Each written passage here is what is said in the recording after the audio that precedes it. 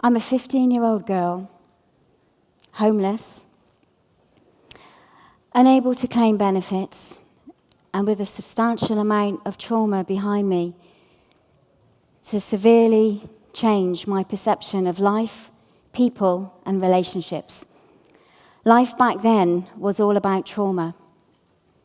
I worked my way from the bottom up in the newspaper industry to the lofty heights of senior management, managing 28 newspapers. But my personal life was in a mess, full of fear, isolation, and desperate loneliness. At the age of 33, I started to question my life purpose. Selling newspapers didn't really have the same appeal as it used to, and I had this nagging feeling that there was more to life than my current experiences. So I decided to take a sabbatical from my job.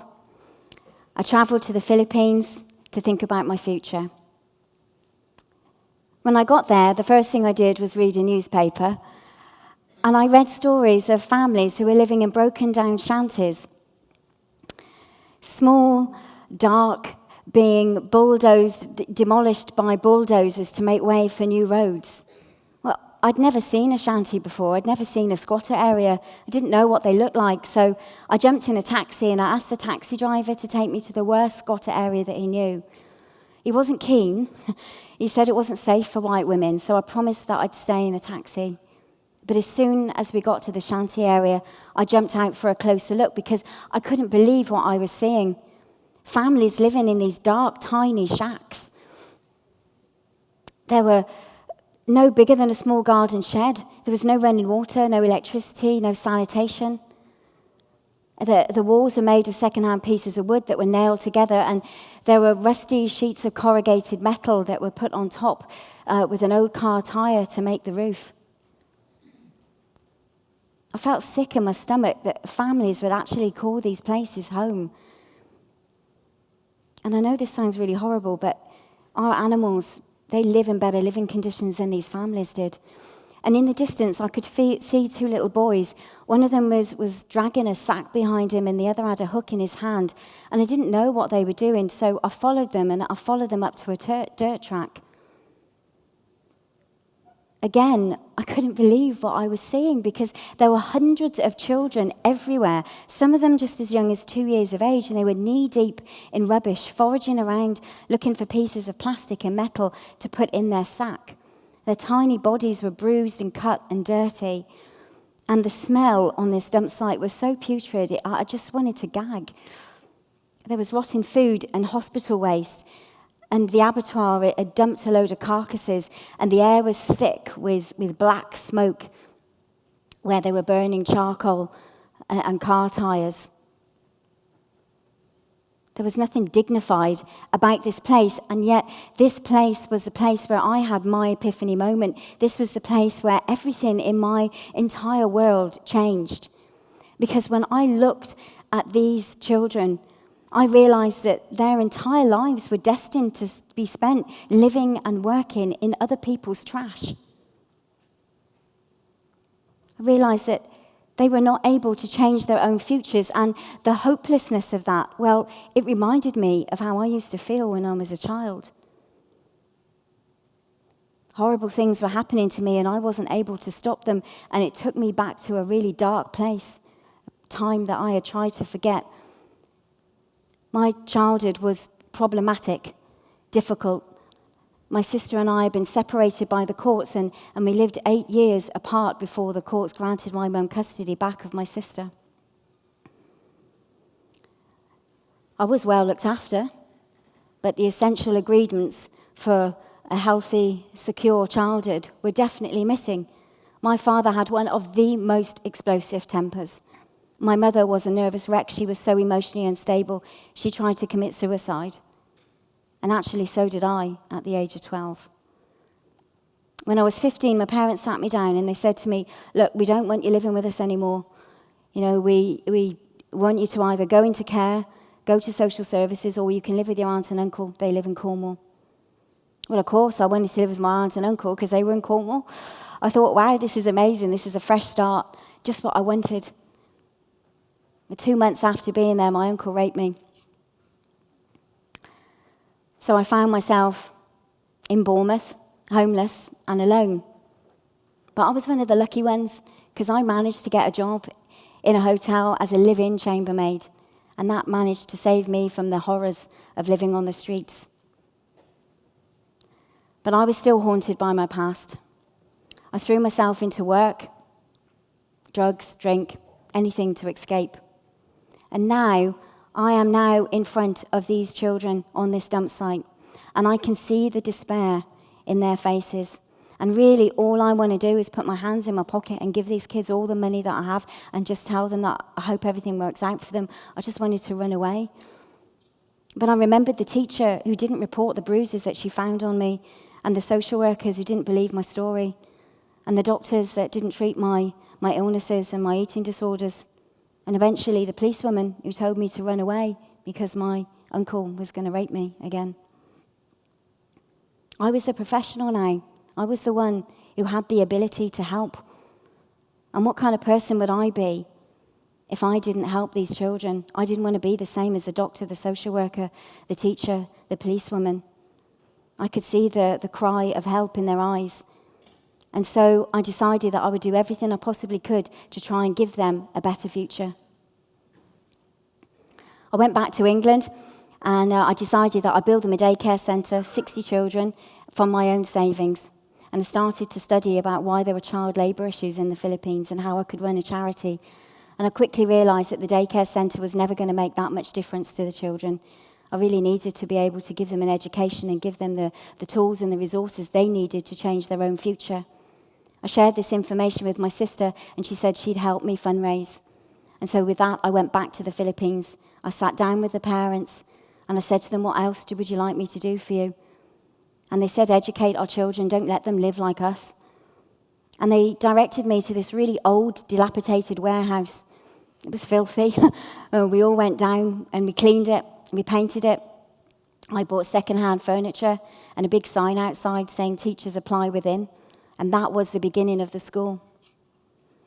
There were so many challenges in trying to get this charity and this work for these children off the ground. In this 15-minute presentation, I'm never going to be able to tell you them, but there are a couple of things that really stick out in my mind. And one of them was the day that the children came to school, and they were so fidgety, they were so hungry they couldn't concentrate. So I used to feed them a really, really good meal and give them snacks. And I kept weighing them and measuring them to make sure they'd be gaining weight and growing.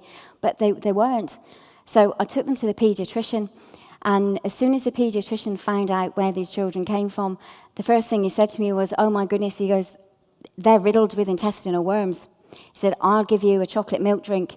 Give this to the children. It will get rid of the worms. Well, this is where I made my first monumental mistake, because I wormed 250 children on a Thursday. Yeah, you know, don't you, what happened on the Friday when they all came into school? Yeah, we always worm on a Friday now. The second thing is that the children kept missing days from school, though. You know, even though we were providing like wonderful services for them, they still kept missing their days from school. And I asked the parents why, and they said, oh, well, because the children needed to go to work. Well, I didn't understand that. You know, why do the children need to go to work? So I asked the parents if I could live with them just for a couple of weeks, just, you know, so I could understand what was going on. The one thing I know is that sometimes when you make those courageous steps and you do it out of deep love and concern for another person, wonderful things can happen. And what I discovered was it wasn't the parents forcing the children to go to work. Far from it. It was these beautiful children. They wanted to go to work because they worked out that if they don't work, they don't eat, and if they don't eat, they starve, and their brothers and sisters might starve with them as well. So they joyfully went to work on the dump site with their parents. There was no resentment or bitterness in them, and yet their childhoods were being robbed from them as they bared the weight of adulthood on their shoulders. They all worked together as a team. So now I'm on the dump site with the families, and a lot of them didn't know what I was doing there, but they didn't care. They just kept showing me what waste was valuable, what waste I needed to pick to put in my sack. And I was a pretty bad waste picker, because even after 4 hours, I didn't have much in my sack. And the kids used to feel really sorry for me. They used to keep putting their waste in my sack. You know, when your face is like 2 inches away from the ground, because you had to bend down like really close to the ground to see the little pieces of plastic and metal that you needed to pick up, you know, that smell was like 1,000 times worse. And the ground was moving, you know, because of the maggots and everything that was on the ground. I was thinking this has to be the worst job on the planet. There can't be another job worse than this, working in other people's trash, physically exhausting. And you know, on the dump site, there were like thousands of plastic bags everywhere, all over.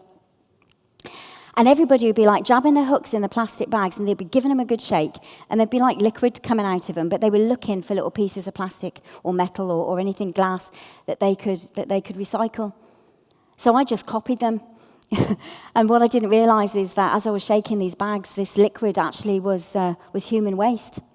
You know, because the thing is, there's no sanitation on that dump site. So the only way they could get rid of their human waste was to put it in a little tiny piece of newspaper, tie it up in a plastic bag, you know, and throw. I called it the wrap and throw method.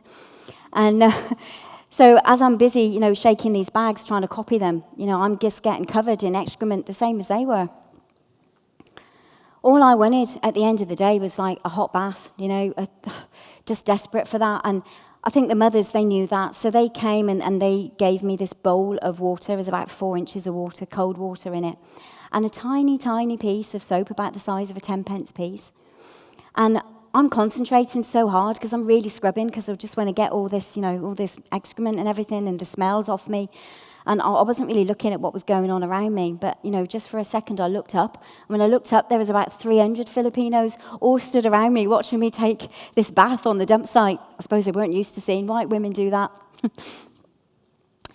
Afterwards, we went back to the shanty, and we tipped all of our waste that we collected that day, and we segregated it into little piles of plastic and metal. And we took it to a man. He had a great big, like, weighing scales, and he weighed the waste for us. And then with the money that we had earned that day, we went off and bought some rice and noodles, and that was our evening meal. So we all had it on one plate, eating with our hands. Children at night, they wrapped up my feet in their clothes because they said that the rats might come in and nibble my hard skin. Their life was so horrific. And yet they carried on just normally, just like we do. You know, they laughed, they chatted, they cooked, they cleaned. You know, even though their house was a shanty, it was on a stinking rubbish dump. You know, they still swept the floors, everything was still clean. They grew accustomed to things like the rats. You know, the rats were enormous on this dump site. They were like this big, you know, because they had a continual source of food. And they got mange, a lot of them, and it's 2 words that should never be put together, rats and mange, because, you know, they just look absolutely terrifying when they've got no hair.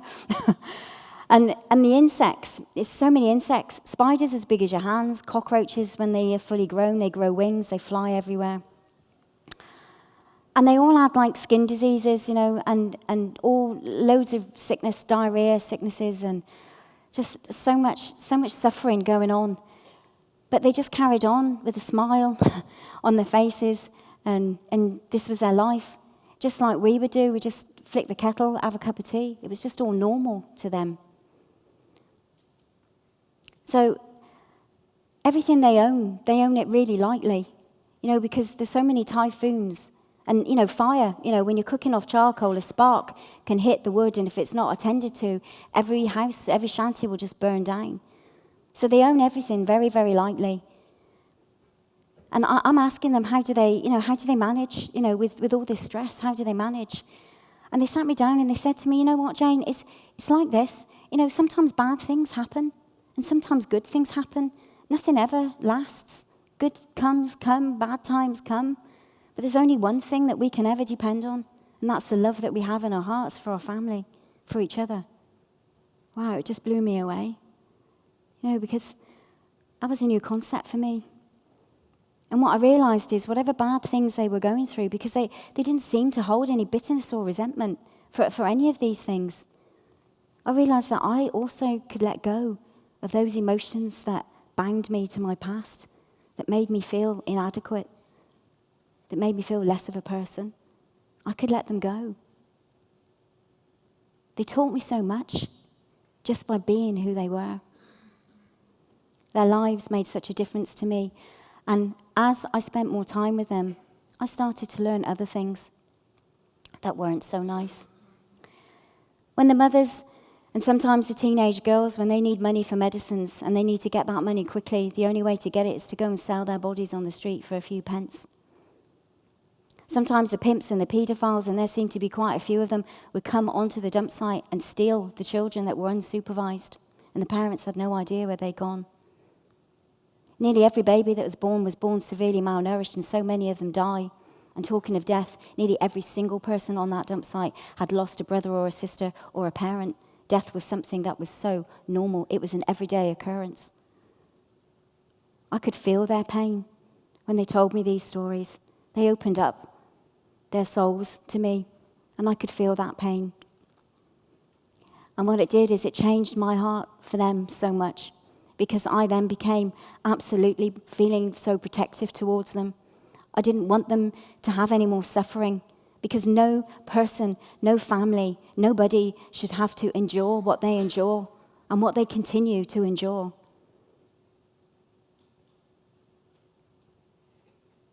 My heart is filled with respect for these people, absolutely.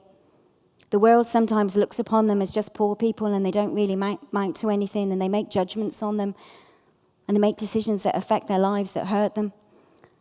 But they have no idea the beauty that I found in them as people, as individuals, as families, as a community.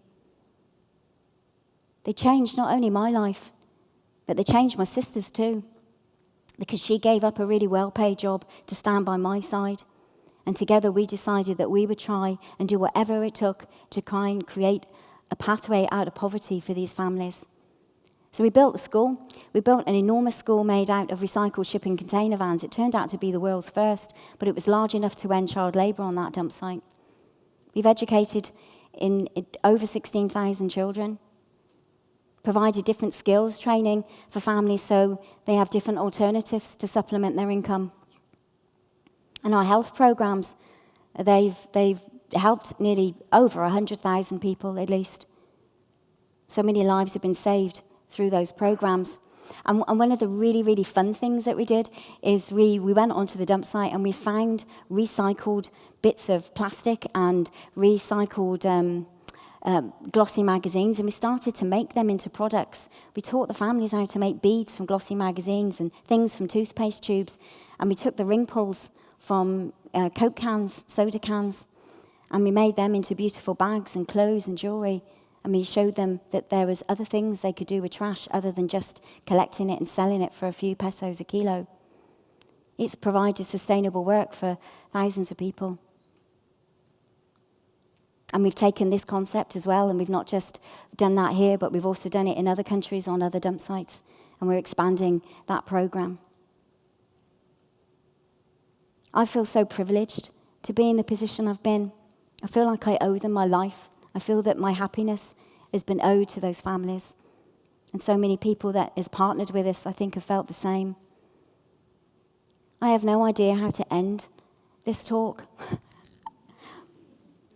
All I can say is, when we learn to live with courage and we learn to love courageously, it not only changes the world of the people that we're trying to serve, but it also changes, well, it changed my world. I guess it would change your worlds as well. Thank you so much for listening.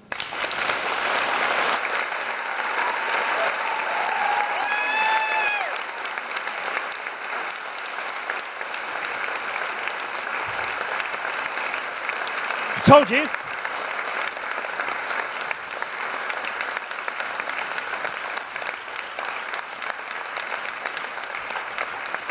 Thank you very much, Jane Walker. Are you hearing this? Oh, you're coming back on?